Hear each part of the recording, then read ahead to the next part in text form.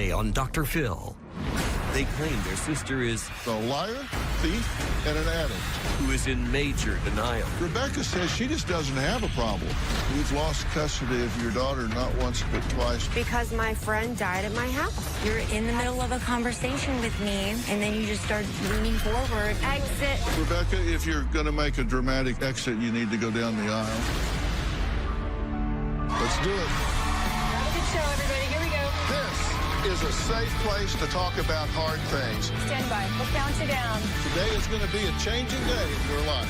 5, 4. Get ready to take care of you.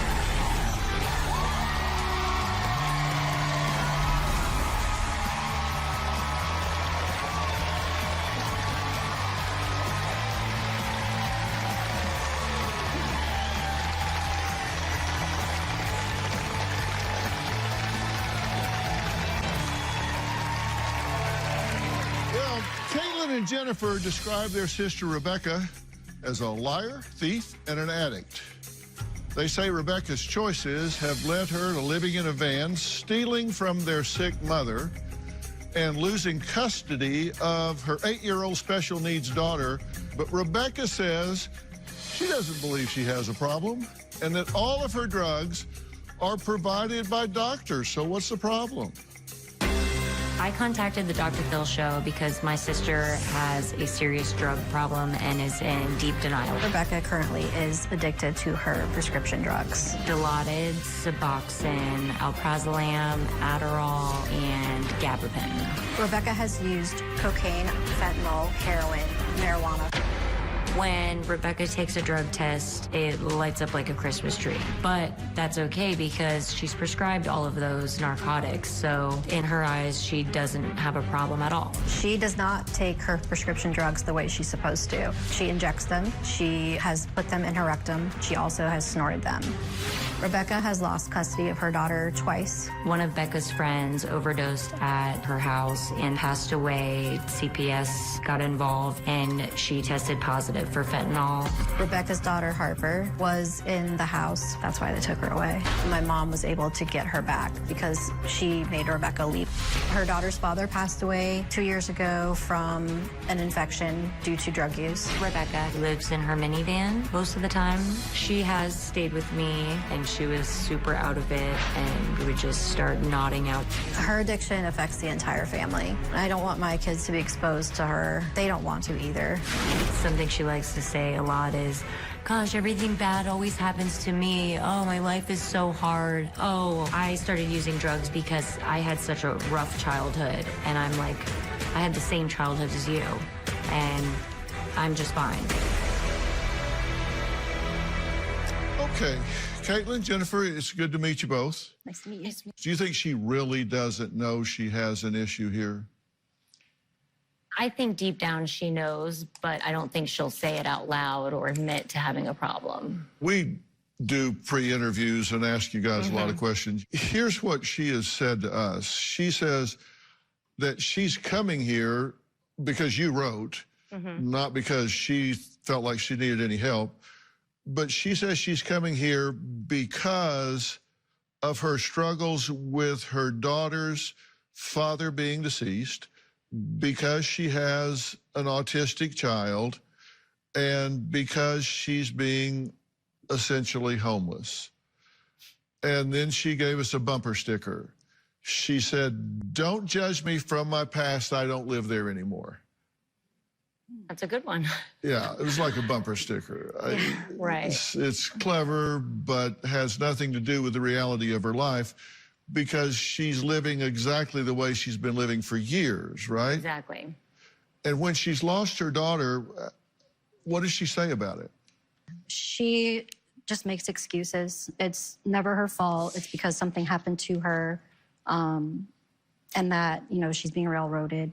She says you guys are just judgmental, that you should stand in her shoes, that you haven't lost a loved one the way she has, and that if you were in her shoes, you would understand why she needs these prescriptions and that she gets them from a doctor. Last time she lost her daughter, she tested positive for fentanyl. Yes, sir. Yes. And does she say that was prescribed? No. She doesn't know how it happened. She said that when she was giving the person CPR, that it must have gotten to her skin somehow because he had overdosed on fentanyl. Yeah. Yeah, I hate it when that happens. Right. Now, we have a picture of her hand, and she says that this is some kind of lupus or spider bite, or she has these explanations. I've been doing this a long time. This looks to me like she's shooting up between her fingers and it's getting infected and starting to spread and could easily go septic. Yes. Yes. What do you say? What do you tell her when you see this? Well, me personally, I tell her, I'm like, I know what this is from. It's from you know, using needles. And she's like, oh, no, it's not, Caitlin. Do they give her a prescription for pain for this? Yep. Yes. Oh, there we go. Coming up, Caitlin and Jennifer say their mother, Kathy, is the #1 enabler in Rebecca's life. So we're going to add her to this conversation when we come back, and we're going to talk about the fact that she may be doing something that actually is fatal, a deadly cocktail. We'll be right back.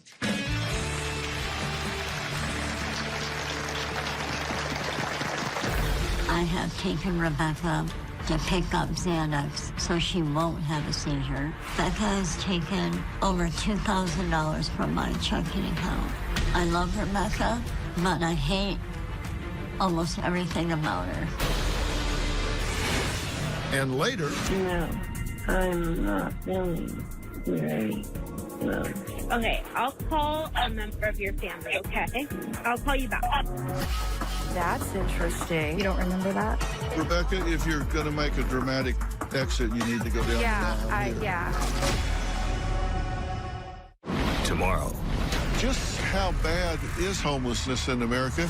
It's an epidemic. There's camps everywhere. Why is it getting worse? Our safety net has been devastated. We need to address mental health.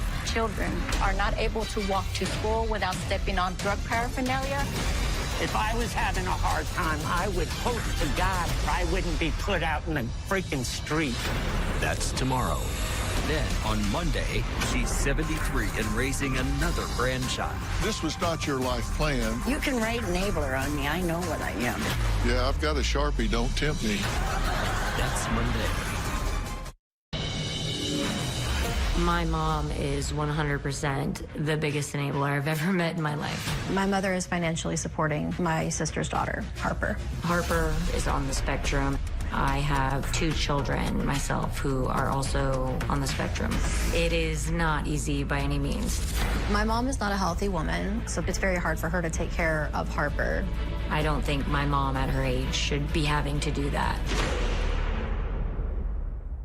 Well, Caitlin and Jennifer are desperate for help for their 36-year-old sister, Rebecca, who they say is addicted to prescription drugs, and they can only speculate about what else. Their mother, Kathy, says she has enabled Rebecca because no one else will help her daughter, and she doesn't want her granddaughter to suffer. But she says her patience is running thin. I have been struggling with Rebecca for the last 18 years. I put up with her because she is a single mom and has a special needs daughter. I do not remember Rebecca ever drinking or doing drugs in her teenage years. She was in a car accident when she was 18, and she was prescribed oxycodone, and I believe that's when her addiction started. Rebecca has had seizures in the past from not taking Xanax because she has run out of them. I have taken Rebecca to a friend's house to pick up Xanax so she won't have a seizure. Rebecca tested positive for fentanyl. The cops came and removed Harper from our house. I have custody of Harper now, and I'm doing everything for her. I put money to my checking to pay some bills, and when I went to pay the bills, I didn't have any money. And I found that over the course of 6 weeks, Becca has taken over $2,000 from my checking account. I love Rebecca. She disappoints me, and I hate almost everything about her. Well, joining us virtually is Kathy. Kathy, thank you for joining us, and God bless you for stepping up and taking care of this child.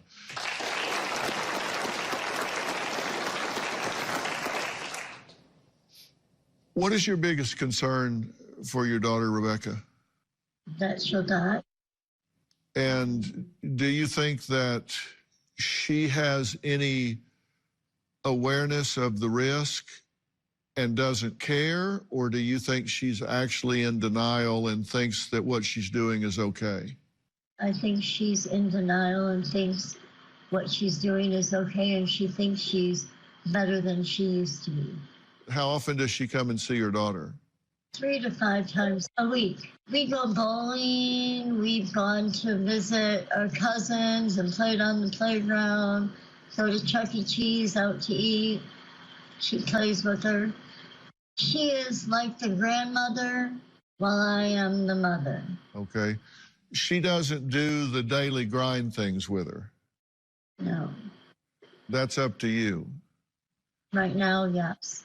But it shouldn't be my 100% responsibility. She needs to be responsible for her child. And in the state she's in, she can't do it. Now, according to the family, you've spent $100,000 on Rebecca, provided her shelter, food, paid her bills, car repairs. You do care for the daughter. You've paid her lawyer fees when she's in trouble, and you don't really hold her feet to the fire when she does things that she should be accountable for. Do you think that's helping her, or do you think it's making it easier for her to continue this self-destructive lifestyle? A little bit of both. My main goal is to always help Harper. But in helping Harper, I think she needs to be around her mom. So I tolerate and put up with Rebecca and what she does. I tolerate.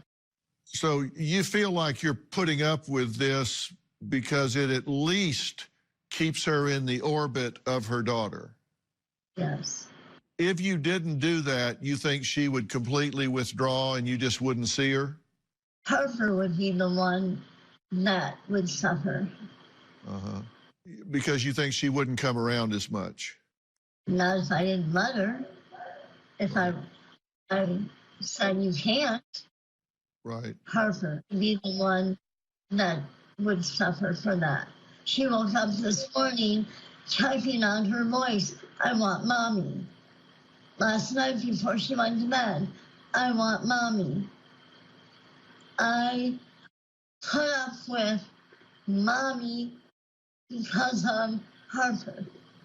Listen, you're between a rock and a hard place. I understand it. Rebecca says she just doesn't have a problem. She doesn't understand why she's even here today. Her sisters and mother say she's in denial, that she's a drug addict, and she says she's just here because they don't understand what she's having to deal with, having lost some loved ones in her life. And so she's puzzled. She has no idea why she's here. I intend to clear that up for her. We'll be right back.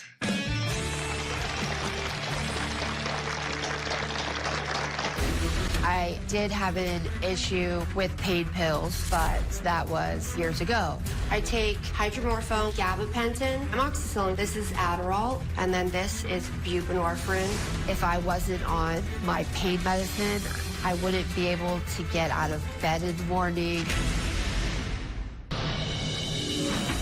As of right now, I feel like Becca does not put her daughter first. I think that she chooses drugs over her daughter. When Harper was born, they had to keep her in the hospital. It was told to me that she was born with some breathing problems. Come to find out, she was being weaned off Subutex.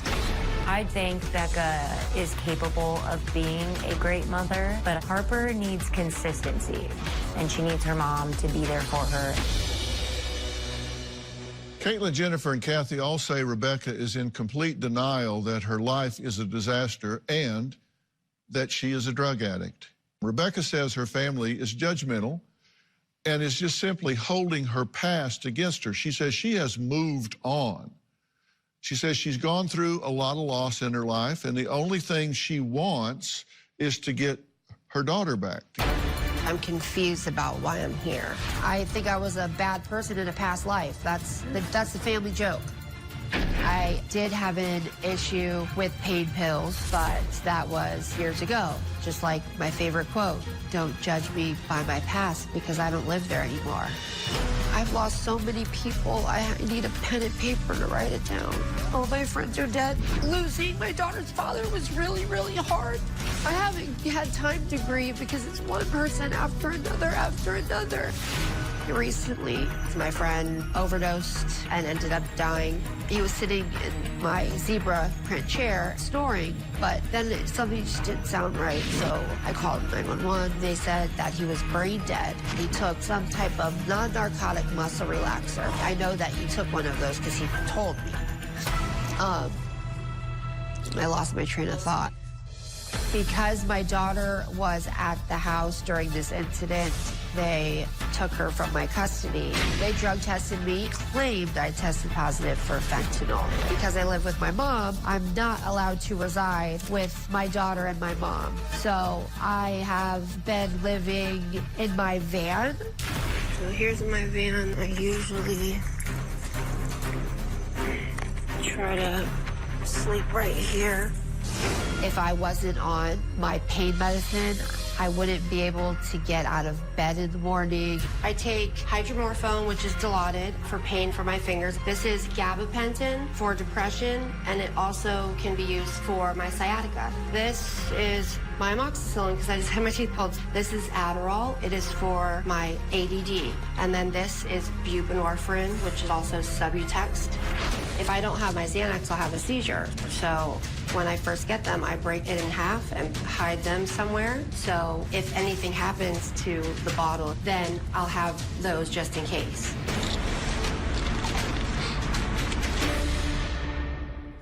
Okay. You say that they're putting you in a frame of who you used to be, not who you are. I've said that, yes. Yeah. I'm kind of confused, to be honest, about just everything that's going on. Or, you know, like my sister told me that she wrote to you. I mean, I don't know what the premise of the show is. You know, my sister obviously is concerned about what happened with my daughter. And that was, I don't know if that's been talked about. That was really... We have talked about the fact that you've lost custody of your daughter not once, not twice, but 3 times. That's very unusual. Why is that happening? I believe she was only taken twice, not 3 times. And the first time, her father was alive then. And I believe what happened, someone called maliciously. They came out. I tested negative for all drugs, and I believe Jonathan tested positive for something. Why can't you be with her now? What they're saying is my friend, he came over. I've known him for 20 years. He drank chocolate milk, and the next thing you know, he's like snoring. He sounded funny. I screamed for my mom. She had just gotten home, and we called 911. He went to the hospital. And they said he had a heart attack, and he was brain dead 3 days later. So that's what they're saying. It's an overdose, but I never knew him to do that kind of thing at all. It's really hard to talk about that day. The bottom line is I love my daughter very much. I've dealt with losing one person after another that I really love. And I'm doing everything. Like a lot of people that, you know, like my case manager, for example, she's never seen anybody be so proactive in getting their child back. I called and called and called every single day to try to figure out what to do. But when Jonathan was alive, his father had passed away, so he was really going through it. They took our daughter. Then they made me leave the home because they said, I mean, I don't really know the reason. You don't know why they asked you to leave, why they said you had to leave.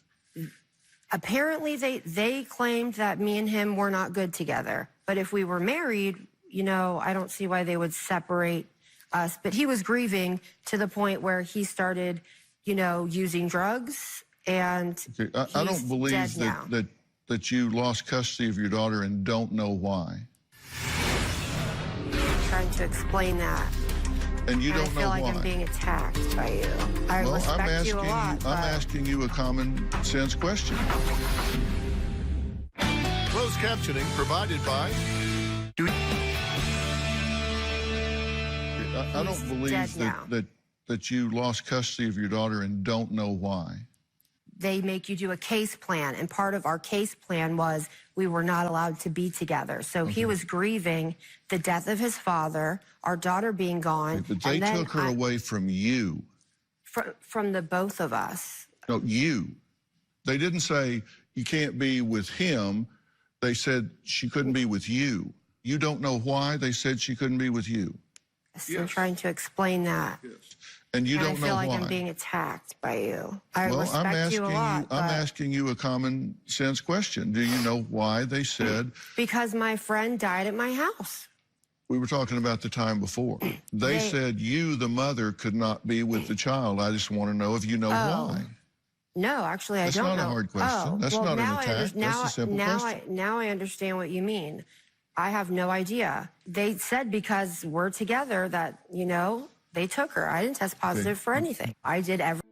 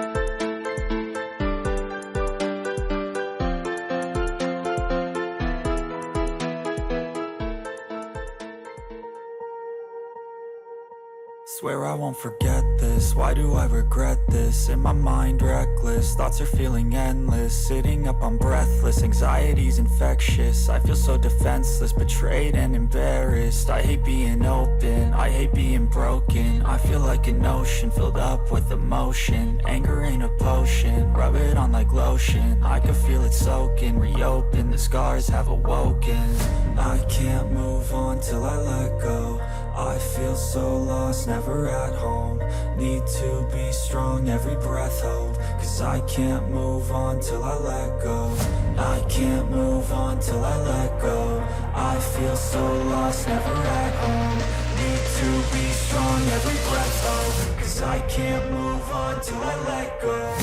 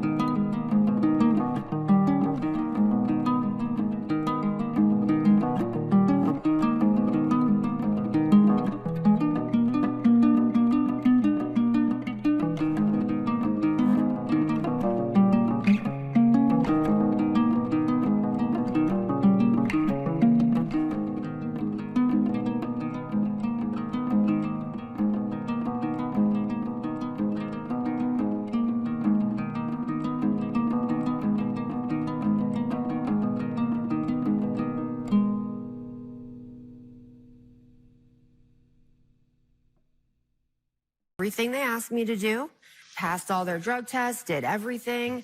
That's when not that happened. That's not how that works. You can say that. You can tell that to in other our people. area is You can kind of tell that crazy, to other people, but you can't tell that to me because I know that's not how that works. I work in that system. You want her back. Absolutely. And I'm doing everything. I'll be done with everything that they're asking of me. I have parenting classes. I've been taking 2.5 hours every single week. I'm their star student. Are you going to move her into your van with you? No, I'm not going to move her into my van. That was a cheap shot, Dr. Phil. I'm just saying, when I'm allowed to go back home, I plan on staying with my mom until, things get better. So you think they're going to say, okay, we give you a clean bill of health so you can now move in with your mother who's raising your daughter? My mom is like a second parent to her, and I believe a child should be in a home with 2 loving adults, If possible, yeah. Yeah, of course. Caitlin and Jennifer say that their sister doctor shops, and in order to get all of her prescriptions, and say what she's doing is illegal. I say if she is doing that, it's highly dangerous. We'll talk about that when we come back.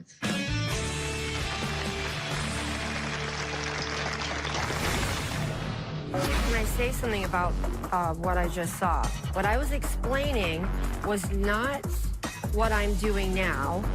It was years ago, I was arrested for quote-unquote doctor shopping. That's not what I'm currently doing, nor was I doing that previously. Tomorrow on Closed captioning provided by Better skin from your body wash? Try Olay Body Wash. I got arrested for doctor shopping. Doctor shopping is when you go around to different doctors and they prescribe you the same medication. Becca has gone to different doctors in the past to get multiple prescriptions of the same thing. She manipulates doctors to get her whatever prescription she wants. What they were accusing me of is trying to get a bunch of medicine. If that was indeed what I was doing, I would have gone to a doctor that I was already seeing and get 3-4 milligrams a day. That's really what doctor shopping is. But this was just really just a misunderstanding. Well, Caitlin and Jennifer and Kathy say that they desperately want Rebecca to stop living in denial about her addiction to prescription medication.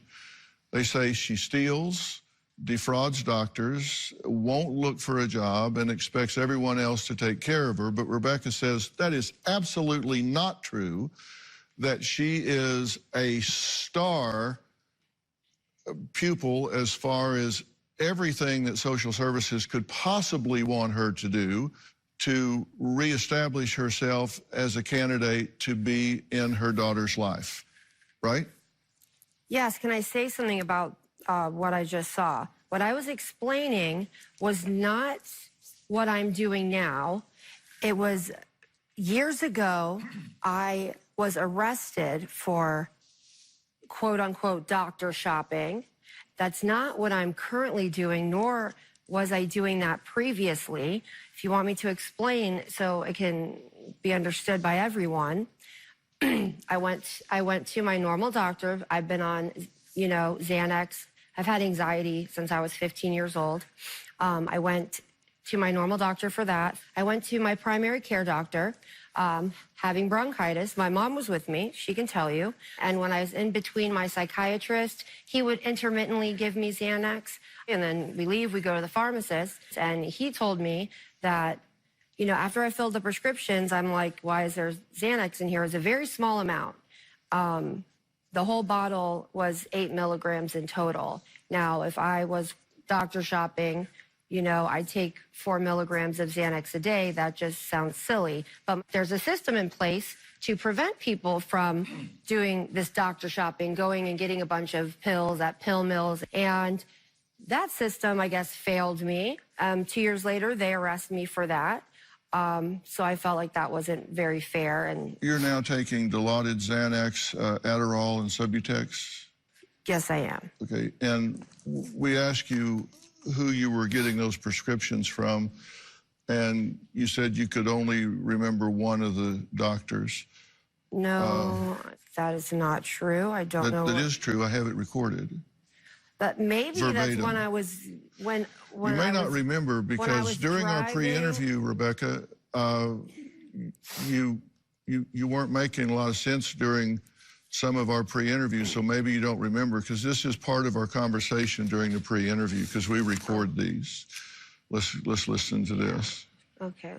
Okay, and so I know you said sometimes your mom puts you down.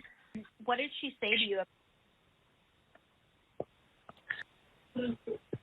Rebecca? I'm here. Hello? Hello. Can you hear me? Do you want me to call you back? Rebecca? I'm here. Are you okay? Yeah. Okay. How would you describe your quality of life right now?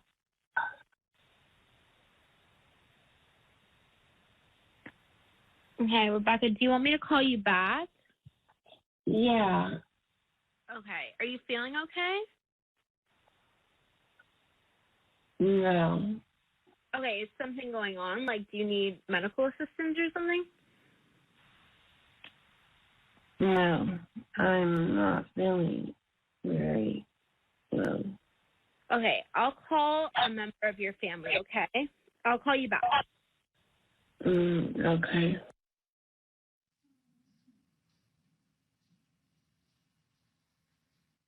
That's interesting. You don't remember that? I remember saying that she would call me back. That sounded awful. No, like, that's crazy. Imagine being around. But I'm not and like being in I'm my not shoes. like You that. have been in my presence. But That's when, Caitlin? At my house, Becca.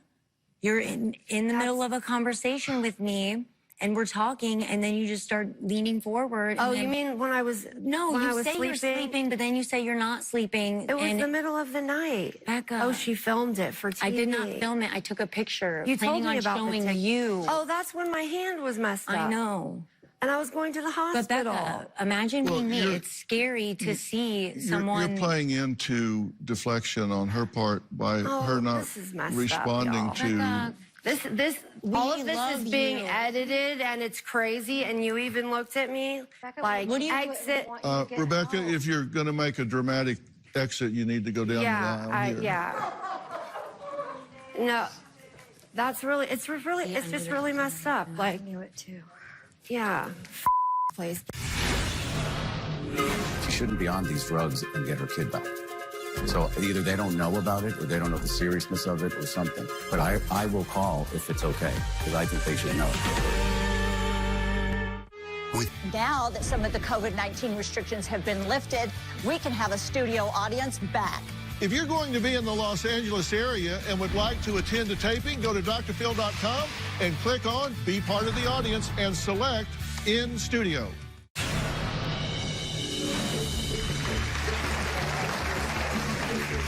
This is no, absolutely not.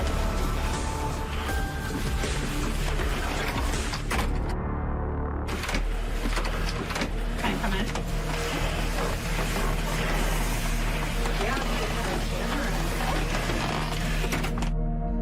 If you're trying to help me, get that camera out. Get that camera away. All right, we need to stop recording. She's not coming back out. So it's a wrap, guys. We're done. I'm introducing Dr. Charles Sophie. He is a psychiatrist. He's former medical director of the LA County Department of Child and Family Services. I'm only bringing that up because it's the system that we were talking about. He's the expert. And Dr. Sophie says that Rebecca's prescriptions are, in fact, a deadly cocktail.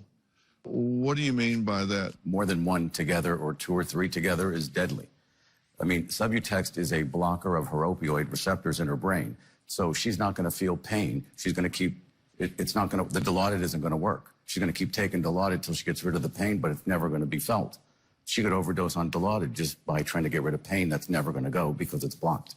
Those two drugs alone are dangerous together because they do opposite things.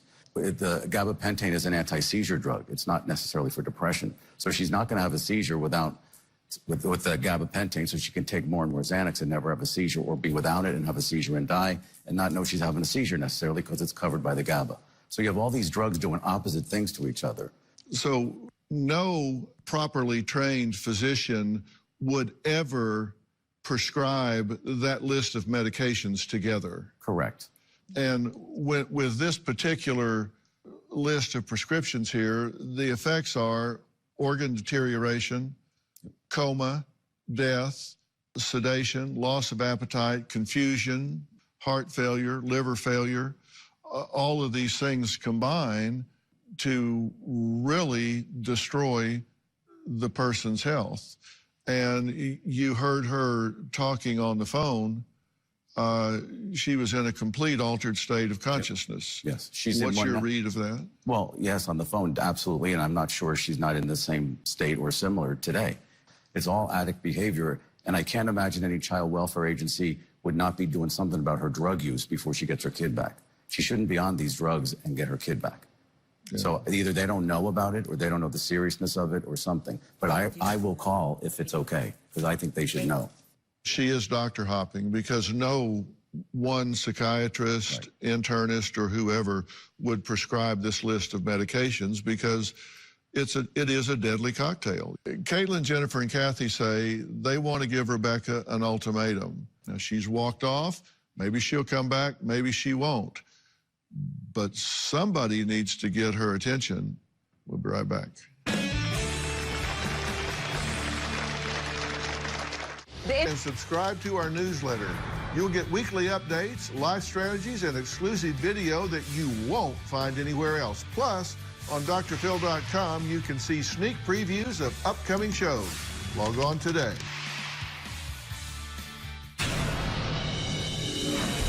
I have something that's called lupus anticoagulant clotting disorder.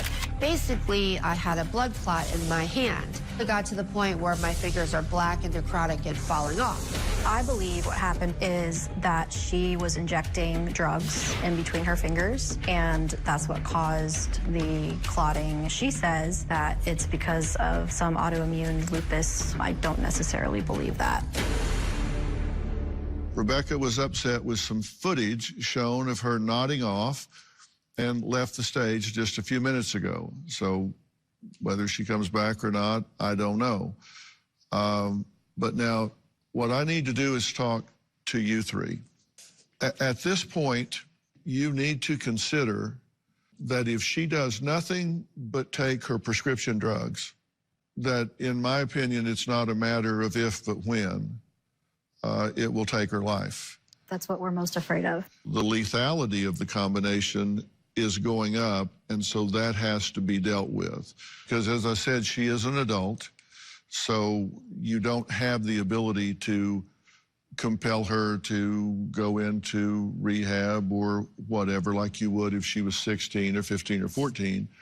But you do have the option to move to do a 5150 or a Baker Act, whatever it's called in your state, to have an involuntary commitment where they will hold her for up to 72 hours for evaluation to determine whether she's a danger to herself or others. And if given her history and the fact that she acknowledges taking these drugs, I think she meets criteria.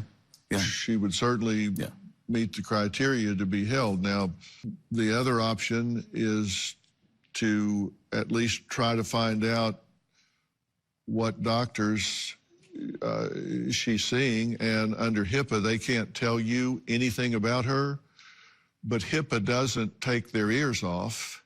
They can listen, and you can take a medications list to them and say, you need to understand that you may be prescribing one of these medications.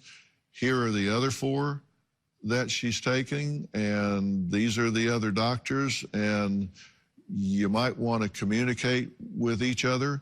There's another option. She's now trapped in the child welfare system. She wants her child back. call that caseworker, or I'll call and see, are they doing the due diligence they need to do to examine who's the doctor, where these are coming from? Oh, I highly doubt it. And so they need to be called, because they won't release her to her mother until they get that, especially if you guys raise enough stink, or I call. And, you know, Kathy, the thing is, you're taking care of this daughter, and I said, God bless you for doing that.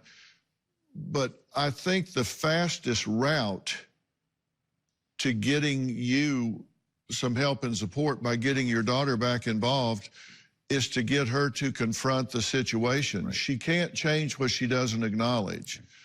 And look, people deal with and overcome this every day.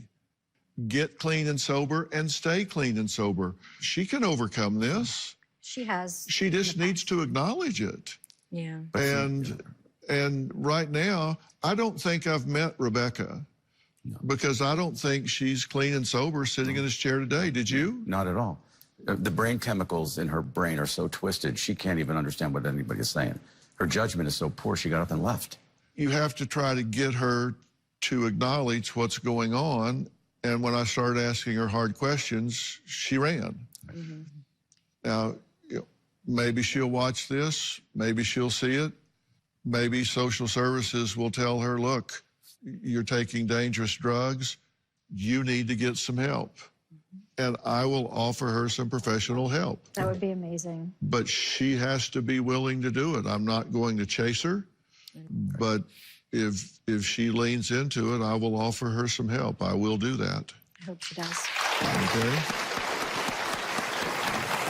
And she doesn't like me asking her direct questions. Maybe you can take 5 minutes with her backstage, sit down and explain to her what the issue is here, and maybe she'll at least get off of this deadly cocktail, even if she doesn't want to face the realities right now. Maybe she'll talk to you, because she sure doesn't want to talk to me. Okay. But nonetheless, I stand ready to help her in a heartbeat if she leans into it. Thank you. Thank you. Okay? All right, Kathy? All right. I want to thank all of my guests today, and especially